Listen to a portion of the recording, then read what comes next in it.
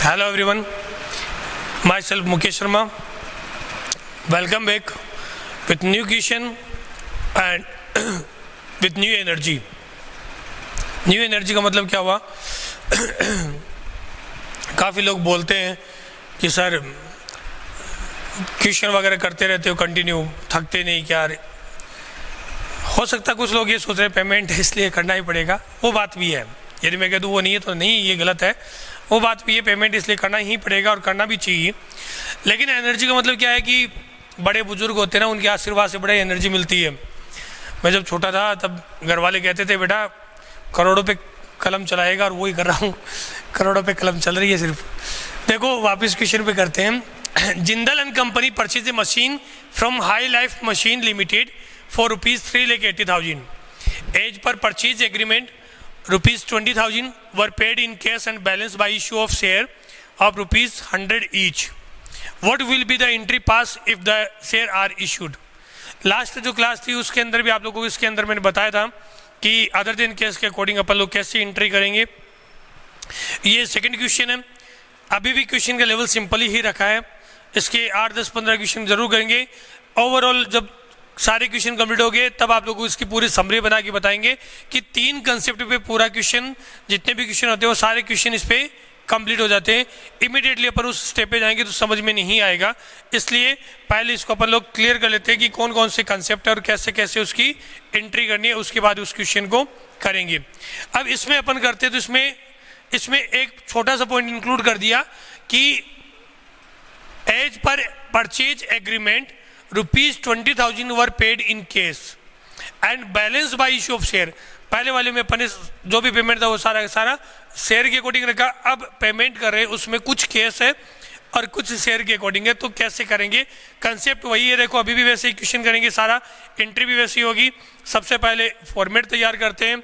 जब भी आप लोगों को ये क्वेश्चन सोल्व करने हो, जहाँ पर जनरल एंट्री करनी हो, उसका फॉर्मेट जरूर बनाइएगा और नरेशन भी लिखिएगा, क्योंकि यदि एग्जाम में बिना नरेशन के और बिना फॉर्मेट के आप क्वेश्चन को सोल्व कर देते हो तो जितना वेटेज उसका 25%, मतलब यदि 4 मार्क्स का क्वेश्चन है तो उसका 1 नंबर आप लोगों का ऐसे ही मेहनत करने के बाद, सब कुछ सही लिखने के बाद में भी काट दिया जाता है। तो ऐसे अपन नहीं करेंगे, क्वेश्चन कंप्लीट करेंगे विथ फॉर्मेट करेंगे। ऐसी अभी हैबिट बना लोगे तो बाकी सारे क्वेश्चन में आप लोग वैसे ही करते हुए चलोगे। तो date, particular, ledger folio, next one is debit and credit. अब देखिएगा आगे, फर्स्ट केस ले रहा हूँ, केस ए, इशू 8 पर। 8 पर का मतलब क्या हुआ कि ₹100 का शेयर है और अपन जो शेयर इशू कर रहे हैं वो क्या कर रहे हैं, ₹100 में ही इशू कर रहे हैं। तो ये यहाँ पर शेयर की वैल्यू कितनी होगी, ₹100। इसकी बात करते हैं 10% प्रीमियम, तो ₹100 तो share capital plus 10% of 100 means ₹10 premium, तो 110 में अपन लोग यहाँ पर शेयर इशू कर रहे हैं। ये 2 चीज़ अलग अलग है, दोनों को पहले क्लियर कर लेना। पहले मैं ए पोर्शन कर रहा हूँ, ₹100 का शेयर है तो कैसे करोगे। अब आप लोगों ने मशीन परचेज की है, तो मशीनरी परचेज की है तो मशीनरी के अकॉर्डिंग एंट्री करोगे। First machinery account DR, business में जो चीज़ आती है उसको डेबिट करते ही हैं। Machinery account DR 11th class के रूल अब ये थोड़ी ना बताएंगे कि रियल अकाउंट में बोलते debit what's comes in, credit what's goes out. जो आ रहा है उसको डेबिट कर दो। यहाँ पर मशीनरी बिजनेस में है, इसको डेबिट कर दिया। और यहाँ पे पर्सनल अकाउंट का रूल लगा कि जो बंदा पे कर रहा है उसको क्रेडिट करना है, क्रेडिट टू गिवर। तो debit to receiver, credit to giver personal account के अकॉर्डिंग, इसलिए अपन हाई लाइफ मशीन लिमिटेड को क्रेडिट करेंगे। ये चीज़ नहीं बताना क्योंकि ये आप लोगों को आता है। तो 11th के पॉइंट के अकॉर्डिंग, 11th का जो कंसेप्ट है उसी के अकॉर्डिंग ये सिंपल सी एंट्री है, मशीनरी अकाउंट DR 2। अब आप चाहो तो हाई लाइफ मशीन लिमिटेड ये वर्ड भी लिख सकते हो, क्योंकि आप लोगों ने जिससे परचेज की उस कंपनी का नाम दे सकते हो, या फिर जो बंदा सेल कर रहा है अपन लोगों ने जिससे परचेज किया उसको वेंडर बोलते हैं। सिंपल सा वेंडर लिख दिया करो। तो टू वेंडर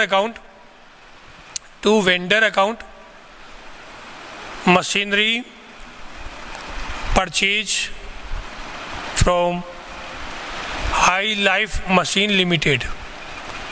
आप लोगों ने जिससे मशीन परचेज की है उसके अकॉर्डिंग आप लोगों ने एंट्री कर दी।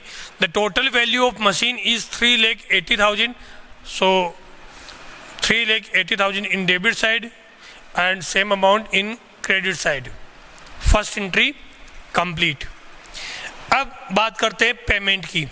वेंडर को जो पेमेंट करना उसमें कहा है 20,000 रुपीज़ तो आपको कैश में पेमेंट करना, 20,000 were paid in cash and balance by issue of share.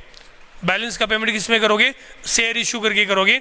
तो पहले मैं पेमेंट करता हूँ सेकेंड एंट्री के according, vendor account DR, vendor account debit, share issue कर रहे हो तो to share capital account, share का नाम दिया हो इक्विटी तो इक्विटी लिख देना, प्रेफरेंस दिया तो प्रेफरेंस आ जाएगा, to share capital account. Paid या share issue to vendor, share issue to vendor, vendor means high life machine limited जो आप लोगों को दी हुई है उसके अकॉर्डिंग। टोटल पेमेंट कितना करना था? अब इसमें सारे के सारे शेयर देने हैं क्या? नहीं देने। 20,000 क्या देना है? कैश भी देना है। मैंने सारी वैल्यू कर दी, वो क्या कर दी? कैपिटल के अकॉर्डिंग कर दी। तो ये यहाँ पर गलत है, आपको क्या करना है? कैपिटल भी दिखाना है और कैश भी दिखाना है, दोनों की एंट्री करनी है। तो पहले अपन लिखेंगे vendor account DR to cash account, जितना पेमेंट आप कैश करे वो कैश में दिखाइए और जो पेमेंट आप कैपिटल में कर रहे हो वो करोगे टू शेयर कैपिटल अकाउंट। इस तरीके से दिखाना है। तो मतलब कैश भी दिखाइएगा और कैपिटल भी दिखाना, दोनों की एंट्री करोगे। वेंडर को पेमेंट करना 3,80,000, 380 में से 20,000 रुपीज़ तो किस में दोगे? कैश में। तो कैश के अकॉर्डिंग एंट्री कर देना 20,000 एंड रिमेनिंग जो रह गया वो 3,60,000 यहाँ आप लोग कैपिटल में एंट्री करोगे। इस तरीके से एंट्री करनी है। एक कंसेप्ट है 8 per net process number of share की कैलकुलेशन करना कंपलसरी नहीं है, और फिर भी यदि आप कैलकुलेशन करना चाहो तो कैसे करोगे देख लीजिएगा। टोटल अमाउंट कितना पे करना? 380 में से 20,000 कैश दे दिया तो रिमेनिंग अमाउंट कितनी रही? 3,60,000 और पर शेयर वैल्यू कितनी है? 100 रुपीज़ डिवाइड बाई 100। अब इसको सोल्व करोगे तो वैल्यू आएगी 3,600 नंबर ऑफ शेयर इशू की है। तो 3,600 इंटू 100 3,60,000 की आपकी यहाँ पर कंप्लीट वैल्यू आ गई। ए का पोर्शन कंप्लीट हुआ, नंबर ऑफ शेयर है जो ये कैलकुलेशन की, उसे क्या बोलेंगे? Number of share. कितने शेयर इशू करेंगे उसकी कैलकुलेशन यहाँ कर दी। बी कंसेप्ट करते हैं। बी कंसेप्ट में देखिए क्या कहा हुआ है कि सबसे पहले issue at 10% premium, issue at 10%, 10 नहीं होगा ये 20 होगा, यहाँ पे गलत है, 10 नहीं है 20 है, क्योंकि 10% के अकॉर्डिंग वैल्यू फ्रैक्शन में आएगी तो 10% नहीं हो सकता, 20% पे करोगे। 20% premium 100 plus 10 equal to 100 plus 20 equal to 120। 20% premium होगा तो कितना होगा? 100 वैल्यू है number of share, sorry share की कैपिटल जो फेस वैल्यू है उसका 20 रुपीज़ प्रीमियम होगा तो 120 से होगा। अब इसके अकॉर्डिंग अपन करते हैं इशू एट 20% प्रीमियम। अब यदि प्रीमियम के अकॉर्डिंग अपन क्वेश्चन में सोल्व करेंगे तो देखिएगा सबसे पहले आप लोगों को करना क्या है? वैल्यू कितनी होगी? 100 rupees share, 20 rupees premium equal to 120 rupees. इस तरीके से अपन लोगों ने 120 लिखा। आगे नंबर ऑफ शेयर कैलकुलेट करते हैं। नंबर ऑफ शेयर, जब शेयर की वैल्यू कैलकुलेट की और अब आप लोगों को कैलकुलेट करना कि कितने शेयर इशू करेंगे अपन लोग, ये हाई लाइफ मशीन लिमिटेड इसको, तो वो देखिएगा 3,80,000 टोटल वैल्यू है मशीन की, उसमें से 20,000 रुपीज़ तो आप लोगों ने कैश में दे दिया। तो अब जो रिमेनिंग वैल्यू रही वो कितनी रही? 3,60,000, 3,60,000 रिमेनिंग वैल्यू है। इस 3,60,000 पहले टोटल वैल्यू लिखोगे upon net proceeds. Net proceeds का मतलब पर शेयर आप लोग कितनी वैल्यू रिसीव करोगे? 120। इसके अकॉर्डिंग इसको सोल्व करना है। मीन्स 3,000 शेयर इशू होंगे। नंबर ऑफ शेयर कितने हैं? 3,000। The total share will be issue at the time of issue at premium. Next entry, make the format for the next entry. First date, particulars, amount, ledger folio, debit and credit. Date, particulars, ledger folio, debit and credit. Okay, same amount, same entry. जो आप लोगों ने starting में की वही entry रखेंगे। जब machinery purchase की then first entry will be machinery account DR, machinery account DR और debit to vendor account machinery purchase from high life machine limited, machinery purchase from high life machine limited. The total value of machine is 3,80,000. 3,80,000. Okay. Now next entry. After completion of first entry, second entry is payment to vendor. Vendor को जो payment करते हैं उसमें सबसे पहले vendor account debit, vendor account DR.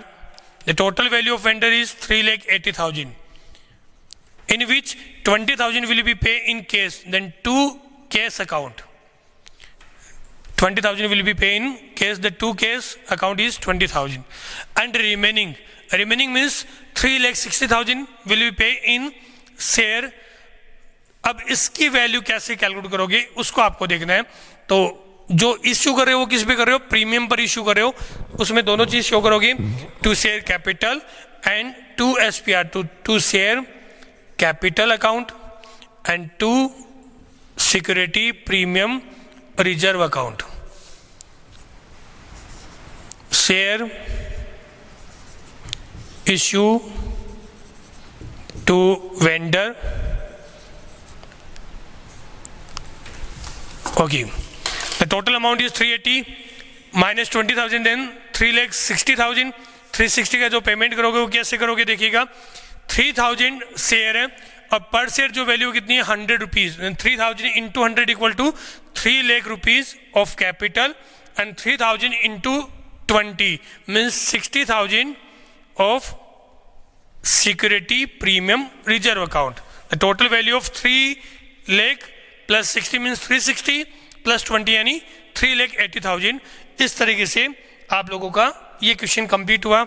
Other than case बिल्कुल अच्छा concept है, इसके आप कंटिन्यू प्रैक्टिस कीजिएगा। आज के लिए इतना ही।